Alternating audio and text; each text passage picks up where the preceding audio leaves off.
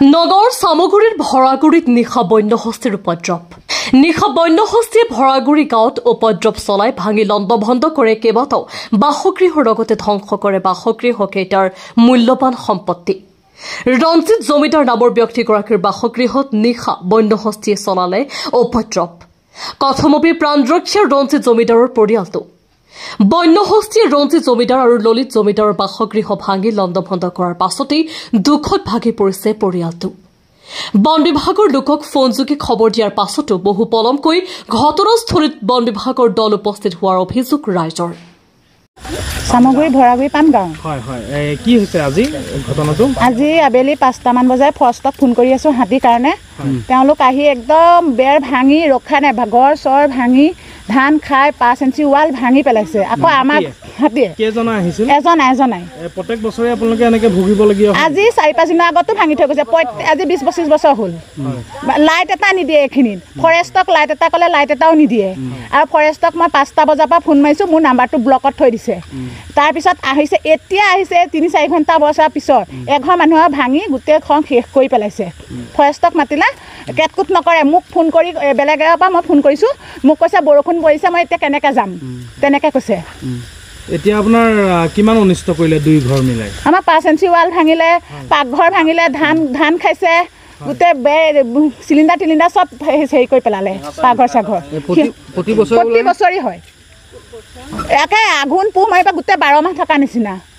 light এটা নাই চাওক এইখিনি ক'ৰবাত যদি লাইট এটা পাই আগত লাইট এটা আছে লাইট এটা নিদিয়ে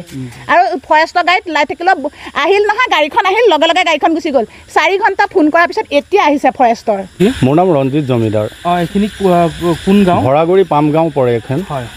মানে কি হৈছে বাৰু হাতীয়ে উপদ্ৰৱ হাতীৰ সাংঘাতিক উপদ্ৰৱ দাদা আজিয়ে নহয় অতীজৰ পৰা হৈয়ে আহিছে তেনেধৰণে আজিও ঠিক তেনেকৈ উপদ্ৰৱ হৈছে 3-4 ঘণ্টাৰ পৰা ফৰেষ্ট ডিপাৰ্টমেণ্টক ফোন কৰাৰ পিছতো তেখেতলোক মানে কি অৱহেলাৰ ফলত আজি মোৰ ঘৰটো ভাঙি দিলে মোৰ বৰ্তা ঘৰ ভাঙি দিলে আৰু ইয়াৰ আগত আৰু ভাঙিছে পৰহি দিনা সিহঁতৰ আকৌ ৱাল ভাঙিছে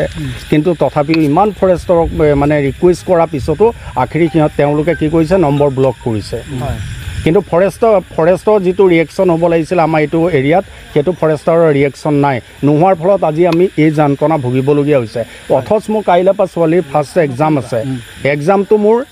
ছোৱালীজনী কি কৰিব এতিয়া কওক এই লাইন নাই চাইন নাই চব ভাঙি চিঙি মোৰ ইনভাৰ্টাৰ লগে চব ভাঙি দিলে একোৱেই নাইকিয়া ঘৰখন আপোনালোকে নিজেই দেখিছে ফটোত দেখিব ৰাইজে দেখিব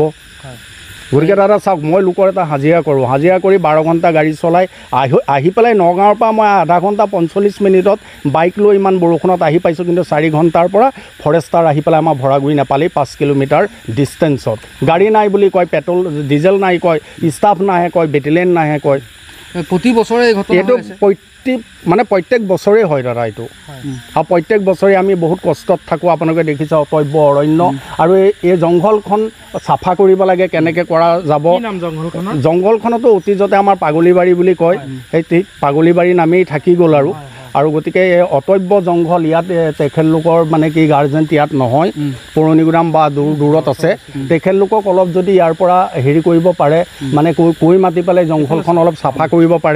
কৰিব পাৰিলে আমিও অকণ কিজানি শান্তিত থাকিব পাৰিম বুলি ভাবিছোঁ জংঘল ধৰাৰ কাৰণে আপোনাৰ হাতীৰ উপদ্ৰৱটো জংঘলৰ কাৰণে মানে কি দিনতেই থাকে দাদা আচলতে ইয়াত হাতী দিনতেই থাকে কিন্তু দিনত থাকিলেও অকণমান সাহস থাকে দিনৰ কথা আজি ৰাতিৰ কথা ৰাতি কোনে আগবাঢ়িব এটা টৰ্চ নাই এটা লাইট নাই কোনো সোলাৰ লাইট নাই এই এৰিয়াটোত আপোনালোকে চাওক কিমান অন্ধকাৰ তাত কোনো ৰেছপন্স কোনো চৰকাৰেও ৰেছপন্স নলয় কোনো ডিপাৰ্টমেণ্টেও ৰেছপন্স নলয় ফৰেষ্টাৰেও নলয় এতিয়া আপোনালোকে কি বিচাৰিছে